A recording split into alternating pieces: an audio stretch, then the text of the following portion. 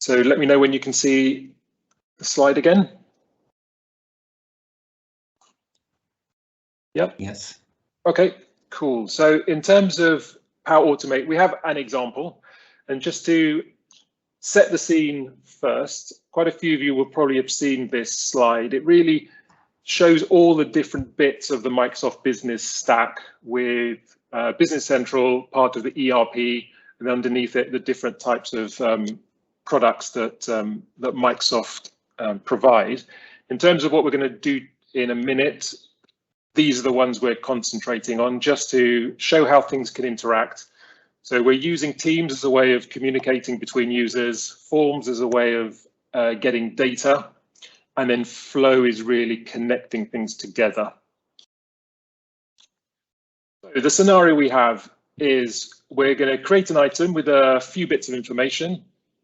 A few users will be notified that an item's been created. They will then populate some fields which will unblock the item card. This is the kind of the flow from left to right. So we're going to be using a form to enter some data. It'll go into Bevica. The flow will then tell a couple of users that this has happened, for them to go back into Bevica, modify the item with some fields, which will unblock it and notify again those users that the item has been unblocked. So let's have a look. Right, so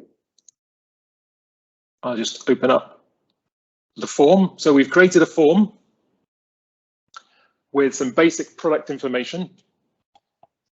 So someone will come in here, for example, and enter new product information. So if I scroll down, and I'll show you in a sec that this is all the sort of thing that users can do, or slightly technical users can do. So DOCG, bottle size, case size. You can see that the fields that can interact with each other, selecting data as you go down, and then I submit. So that's now been submitted into the Microsoft world, and we have a flow that's reading that and doing things with it. If I go into the design of the form, you'll see that we're storing lots of information about how people have entered the form. So we use this quite a lot internally for questionnaires or new starters in the company. We've got different forms that we can ask them information, or for example, where we want to go for our Christmas party is a Microsoft form that then we can analyze. So this is collecting information. You can download the results. In terms of the way the form works, you can create sections, you can do branches, so you can get quite technical, and you can add options and so on. So the form has been submitted, and then we've created a flow that basically grabs that information from the form. If I open up here, so when a new response is submitted, so that's the form, it gets the details from that form, and then it goes to the Bevica database. And this is where it tells it which company, which environment. This is our own API. So the APIs Ben was talking about for Power BI, we also have similar APIs that, or in fact, the same APIs that are used to transmit data around. And then here, we're filling in the fields that are on the item card, and you'll see these ones come from the form. And then down here, we're blocking sales and blocking purchasing as part of this particular flow. So you can also see here that that particular flow 1 minute ago succeeded. Down here, if it fails, you can interrogate and it'll tell you why it fails and so on. So if I go into my Teams, we'll see here that there's a new conversation. Where has it? Has it appeared? It hasn't appeared yet. These are ones we did earlier today. So the users, in this case, I've sent a message to the buying team and a message to the sales team that a new product has been created. And in this one, it's telling them, so the team here, please populate a particular field. And that's been managed by the second flow, where an item is created. If I click on edit. So this one then is looking at the item that's been created in Bevica, get the particular record, and then post a message to the sales channel, team's message sales channel, and one to the buying channel with the information that you saw there on the message. So if I go back here, there we go, it's appeared, 1120, that's the product I just created. So I can click on Bevica item card. So it goes to that particular item in the company that we set. So you'll see here, these are all the fields that we populated from the form.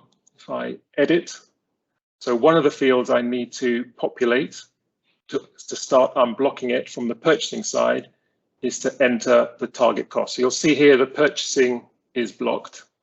So if I put a target cost in there, 45, if I tab off, and just come out of that.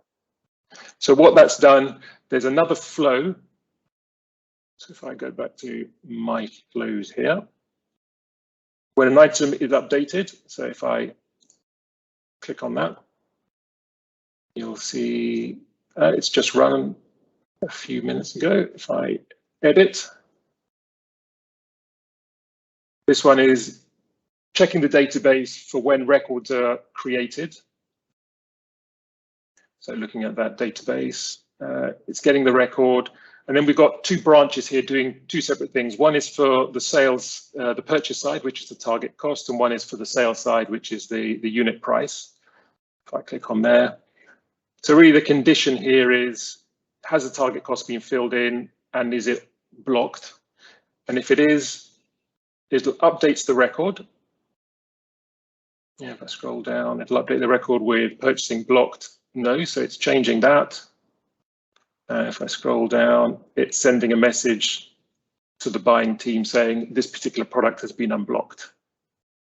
So that should have all have run. If I come back here to the buying team,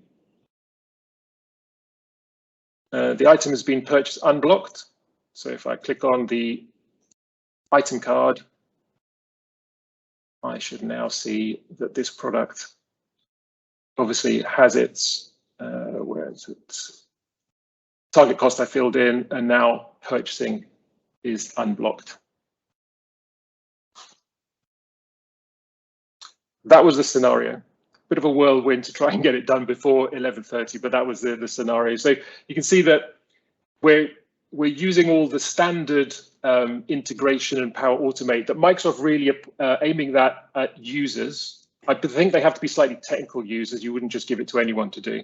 But the idea is that you can build this scenario and start using data from elsewhere and integrate that into not only Bevica, but any of the Microsoft stack. It doesn't have to be Bevica. So for example, on the form that we created, we could have attached, for example, a picture. We could have attached an Excel spreadsheet or a contract that whoever created the product would have added to that form, and then we could have saved that on SharePoint or in Bevica as part of the particular flow.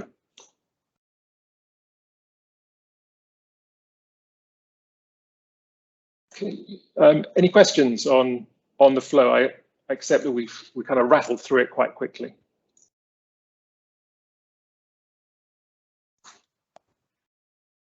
Nick, is your hand up from the previous time, or is this a new question you have? Is my hand up? I don't think my hand's up. Oh, it's not anymore. Cool.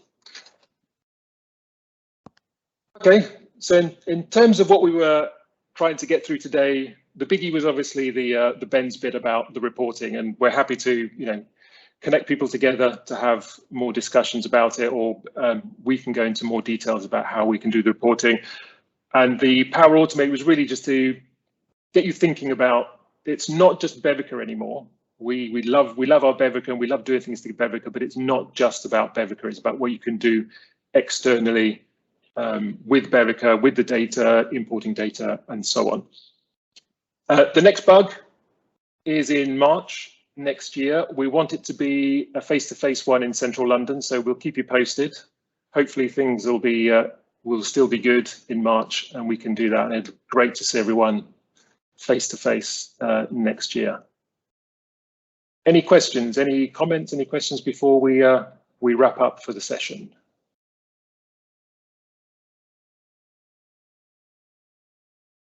Obviously, reporting is much more of a hot topic than Power Automate, I can tell. Definitely. Okay.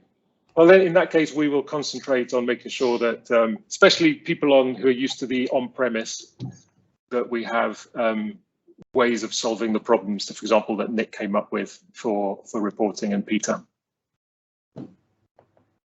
Okay.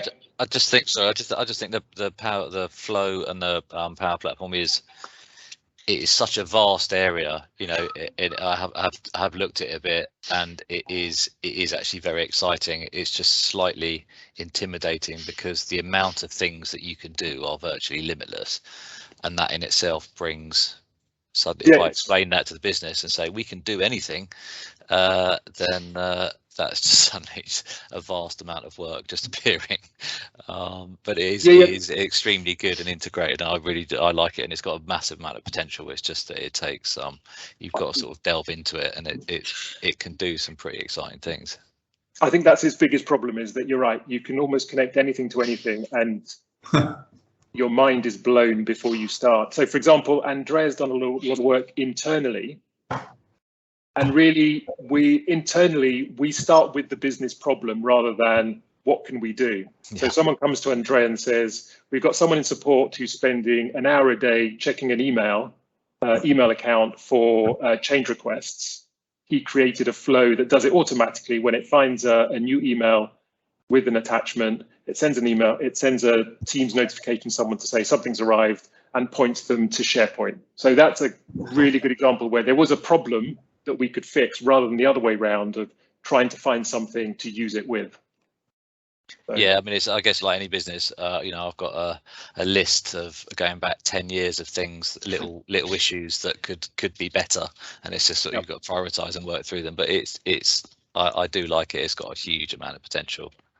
Actually, another way that on-prem, say, version of NAV can use Power Automated is because you can create a sort of endpoint and then consume this endpoint as an API call to trigger any automation on the Microsoft stack. So, for example, because we do have a customer that require, for example, to drop a message on Team, but they are on-prem, what we can do is create an endpoint on account Microsoft for them, and then we can consume the endpoint to kind of trigger the message on Team. So it's also a way to kind of, you know, push on-prem version a little bit towards the new platform and Office 365. Yeah, there are other, I think, integration as well. So, you know, when you need to download the file from FTP and move the file into in your local folder, or you want to receive an email from when you are receiving an attachment by email, you want to save this attachment in SharePoint or some other folder. This kind of stuff is quite really handy, and it's easy to tap and do it. I think it's getting messaging out of Now or Business Central. You know, something's happened in Nav. You're not necessarily logged in. You're not looking at anything. At the weekend, something goes wrong. Bang, a messages, an email's come out to say you need to do this, or this has happened, or you know, just something that is good for that. Yeah. Okay. Well, if there are no more questions, thanks everyone for attending.